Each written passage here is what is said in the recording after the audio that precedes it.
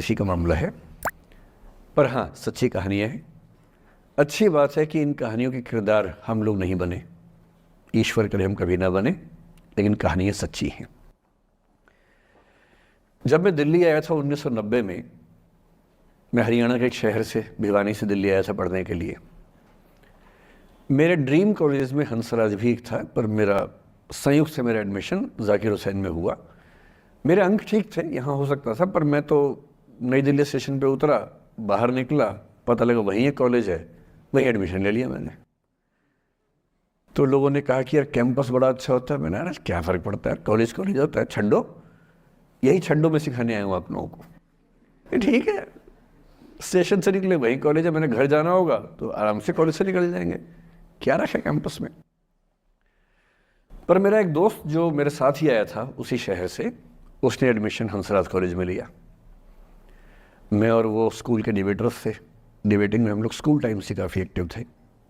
DU में आए तो यहाँ भी एक्टिव रहे। डीयू में मैंने करीब 5 साल डिबेटिंग की और मेरा ख्याल है कि लगभग 300-400 डिबेट्स मैंने जीती होंगी डीयू में, कुछ हारी भी होंगी, लेकिन मैंने खूब डिबेट, वो मेरा दरअसल दाना पानी था, रोजी रोटी मेरी वही थी कॉलेज के दिनों में। घर से पैसे मैं लेता नहीं था, मिलते भी नहीं थे, देना क्या था, ऐसी स्थिति भी नहीं थी उस समय मेरे घर में कि मिल सके। तो डिबेटिंग मेरा रोजगार था, एम्प्लॉयमेंट था मेरा, उससे काम चल जाता था आराम से। उसका भी चल जाता था, वो हंसराज से था, मैं जाकिर हुसैन से था। हम खूब डिबेट्स में मिलते थे। अक्सर ट्रॉफी या तो हम जीते थे या वो जीतता था, कोई भी जीते रूम पे ही आती थी, क्योंकि हम रूममेट्स थे, एक साथ ही रहते थे। वो मुझसे योग्यताओं के मामले में 21 था, बल्कि अगर वो 21 था तो मैं 15 ही रहा हूँगा या 12 रहा हूँगा, 22 या 21 तो नहीं रहा हूँगा, मुझसे बेहतर था योग्यताओं में, बड़ा अच्छा व्यक्ति था। ग्रेजुएशन के बाद मैंने एमए हिंदी साहित्य में एडमिशन लिया, जबकि बीए ऑनर्स हिस्ट्री में किया था मैंने। उसने तय किया कि वो कुछ और करेगा, प्रोफेशनल कोर्स करेगा, नौकरी करेगा, तो वो चला गया दिल्ली से। मैं दिल्ली में रहा। फिर मैं एमए के बाद तैयारी करने लगा यूपीएससी की। तब तक मैं यूजीसी जेआरएफ कर चुका था। पहला अटेम्प्ट दिया, प्रीलिम्स हो गया। मेंस मेरा 96 के मेंस की बात कर रहा हूँ, मेंस शुरू होने वाला था, 2 दिन रह गए थे। करीब 10 दिन पहले वो मेरे पास आया हुआ था दिल्ली में, मिलजुल के अच्छे से बात करके गया था। उन दिनों उसका एक प्रेम संबंध कहीं हमारी ही एक मित्र के साथ चल रहा था। हम सब दोस्त थे, तो उनमें से 2 लोगों का आपस में एक अफेयर था। मुझे नहीं पता क्या हुआ, लेकिन मेरे मेन एग्ज़ाम से 2 दिन पहले रात को 12 बजे एक फ़ोन आया और ये बताया गया कि मेरे दोस्त ने फंदा लगा के अपनी जीवन लीला समाप्त कर ली है। वो दिल्ली से दूर था कहीं, और जिस व्यक्ति के बारे में मेरी राय ये थी कि उतना जीवट वाला व्यक्ति कोई हो नहीं सकता, जो ज़िंदगी से हार सकता ही नहीं, जिसके होने से कई लोग हमेशा जीता हुआ महसूस करते हैं, वो चुपचाप एक बंद कमरे में ज़िंदगी से हार गया। मैं आज तक नहीं समझ पाया कि ऐसा कैसे हुआ। बाद में टटोला, उसके पेरेंट्स से बात हुई, भाई से बात हुई, उन्होंने उसकी याद में एक सोशल वर्क शुरू किया ताकि किसी और बच्चे को ऐसा ना करना पड़े। तो जो हल्का हल्का अनुमान हुआ वो है कि शायद कुछ ऐसा था रिलेशनशिप में जो नहीं संभल पाया था, और रिश्ता टूट ना जाए इसका दबाव बहुत ज़्यादा था, और वो दबाव झेल नहीं पाया।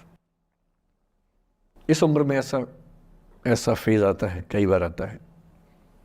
ये एक कहानी है, हंसराज कॉलेज से ही जुड़ी है, इसलिए मैंने सोचा कि वहीं से बात शुरू करूँ।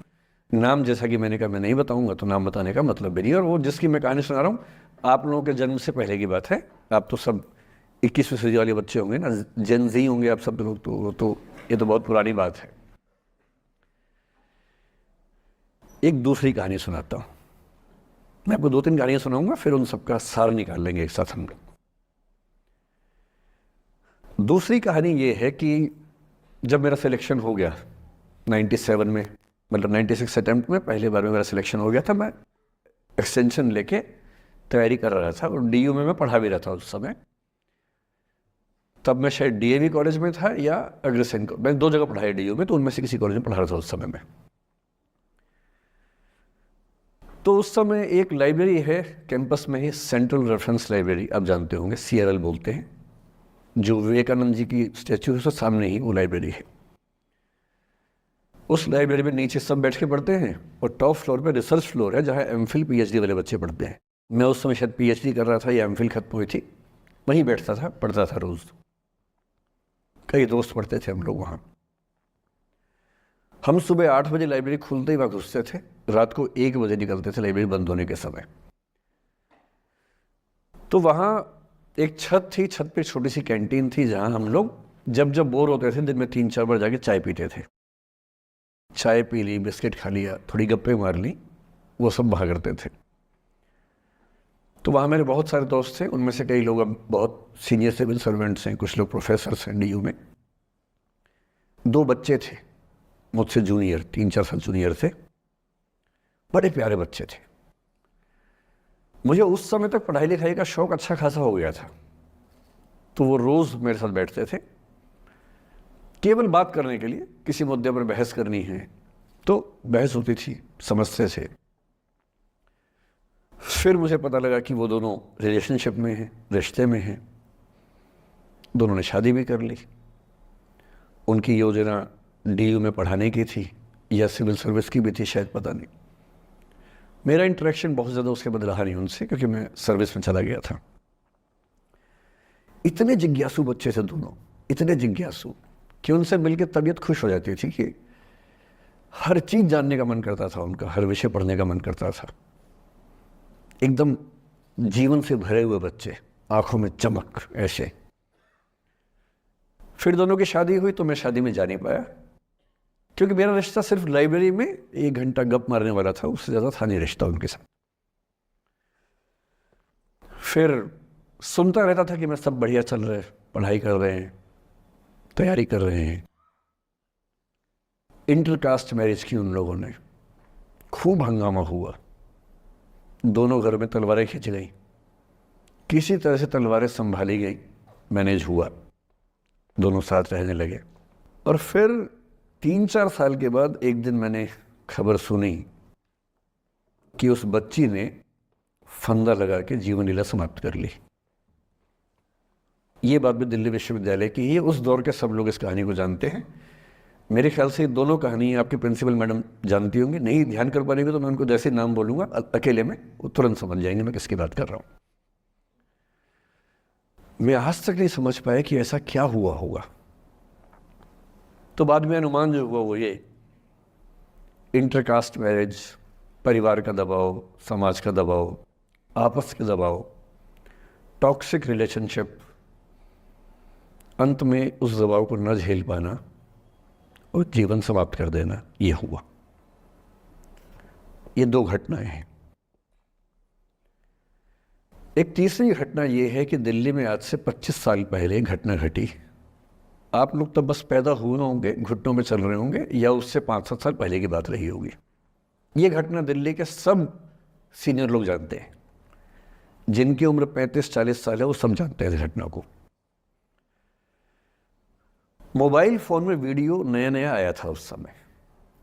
अब तो आपके हर फ़ोन में वीडियो है, अब तो सामने भी है, ताकि आप वैसा वाला मुंह बना के सेल्फी खिंचवा सके। पाउट बोलते हैं ना, मैं उसको देसी भाषा में सूअर जैसा मुंह बोलता हूँ, और वैसा ही बनता भी है, क्यूट क्यूट सा सूअर जैसा मुंह बना के लोग सेल्फी खिंचवाते हैं, उसको बोलते हैं पाउट। तब तो कैमरा फ़ोन में पहली बार आया था, तब लोग अभ्यस्त नहीं थे। अब जैसे आप लोग कितने अभ्यस्त होंगे, हम भी होने लग गए। अब हम किसी से बात करते हैं तो हम ये एज्यूम करके चलते हैं कि उसने फ़ोन में कुछ ना कुछ ऑन कर रखा होगा, या तो आवाज़ रिकॉर्ड करेगा या वीडियो बनाएगा। तुम कितने केयरफुल होकर बोलते हैं, कितने कॉन्शियस रहते हैं।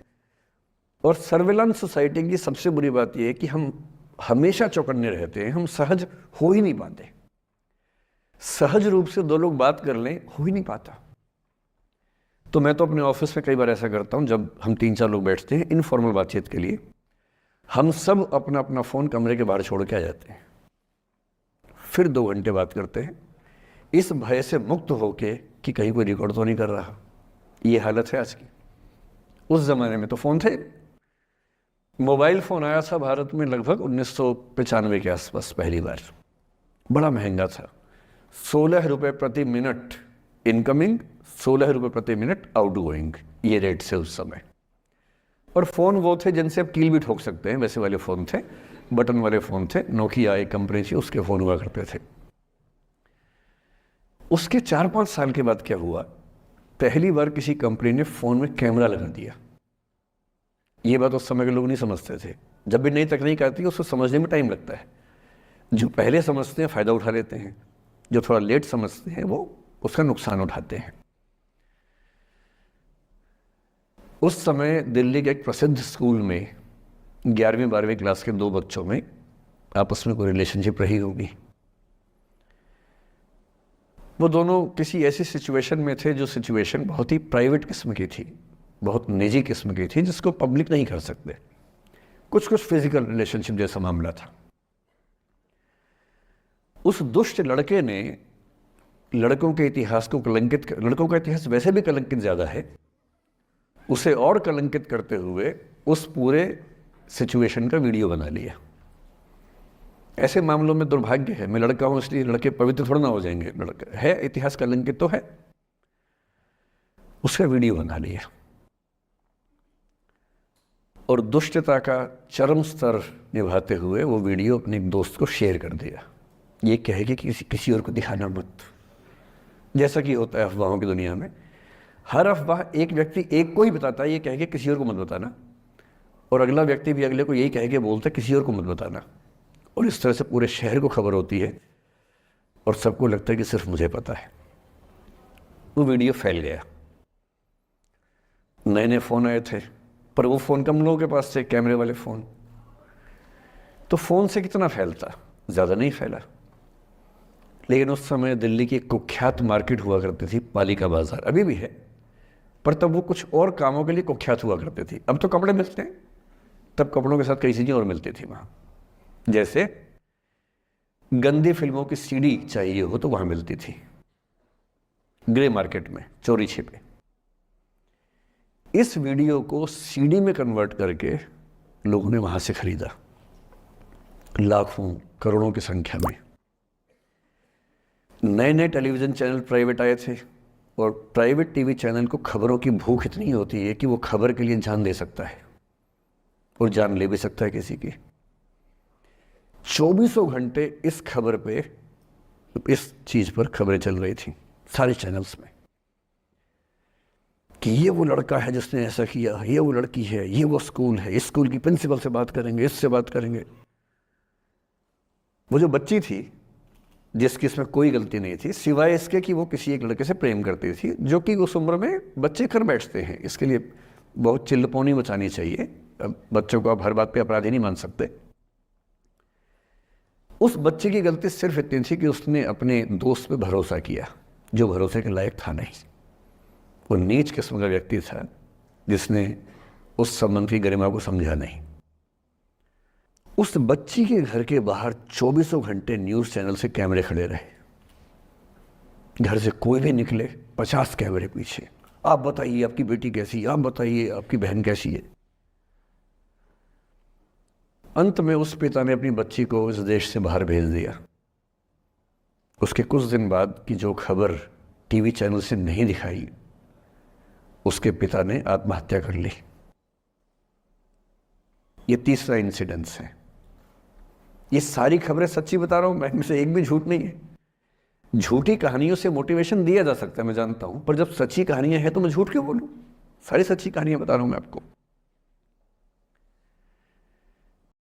ये कहानी है एक मिडिल क्लास लड़के राजेश की, जिसको आईएएस बनना था, पर अपने फैमिली को सपोर्ट करने के लिए वो शहर के सबसे बड़े बिजनेसमैन मिस्टर कपूर के वहाँ छोटी सी नौकरी करता। और एक दिन जब ऑफिस खत्म होने के बाद रात के 12 बजे राजेश कैंटीन में पढ़ रहा था, मिस्टर कपूर ने उसे देखकर बोला, तुम ऑफिस का काम कर रहे हो? नहीं सर, वो मैं यूपीएससी की तैयारी कर रहा हूँ। और ये बोलकर जैसे राजेश ने कोई मजाक किया हो, मिस्टर कपूर उस पर जोर जोर से हंसने लगे। अरे इतनी मेहनत करने के बाद भी 50,000 की सैलरी मिलेगी, मुझे देख 500 करोड़ का मालिक हूँ, राजा हूँ इस शहर का। और उस दिन के बाद हर दिन ऑफिस में जब भी मिस्टर कपूर राजेश को देखते, सबके सामने उसे सरकारी मजदूर बोल के उसका मजाक उड़ाते। तो कुछ वक्त बाद राजेश ने अचानक से ही जॉब जॉब छोड़ दी और 5 साल बाद मिस्टर कपूर अपने एक इंडस्ट्रियल प्रोजेक्ट को लेकर बहुत ही परेशान थे। हद होती है यार, सरकार को इतना पैसा खिलाने पर भी काम नहीं हो रहा। उन्होंने अपने एम्प्लॉइज को डांटा और अगले दिन जब वो शहर के सबसे बड़े ऑफिसर से रिक्वेस्ट करने पहुंचे, सीट पर IAS राजेश जयकर को देखकर वो हैरान रह गए। सर प्लीज कंस्ट्रक्शन की परमिशन दे दीजिए, मिस्टर कपूर ने बोला। मिस्टर कपूर अब तो आप समझ ही गए होंगे कि असली राजा कौन होता है। राजेश ने मुस्कुराया।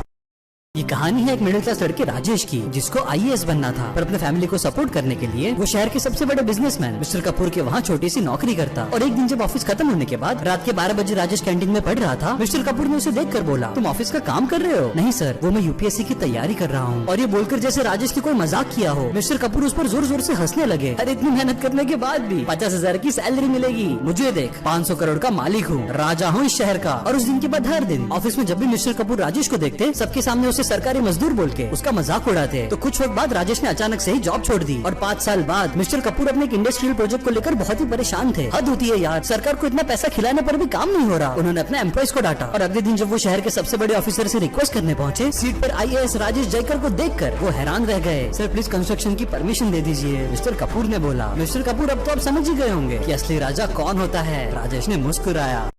ये कहानी है एक मिडिल क्लास लड़के राजेश की, जिसको IAS बनना था, पर अपने फैमिली को सपोर्ट करने के लिए वो शहर के सबसे बड़े बिजनेसमैन मिस्टर कपूर के वहाँ छोटी सी नौकरी करता। और एक दिन जब ऑफिस खत्म होने के बाद रात के 12 बजे राजेश कैंटीन में पढ़ रहा था, मिस्टर कपूर ने उसे देखकर बोला, तुम ऑफिस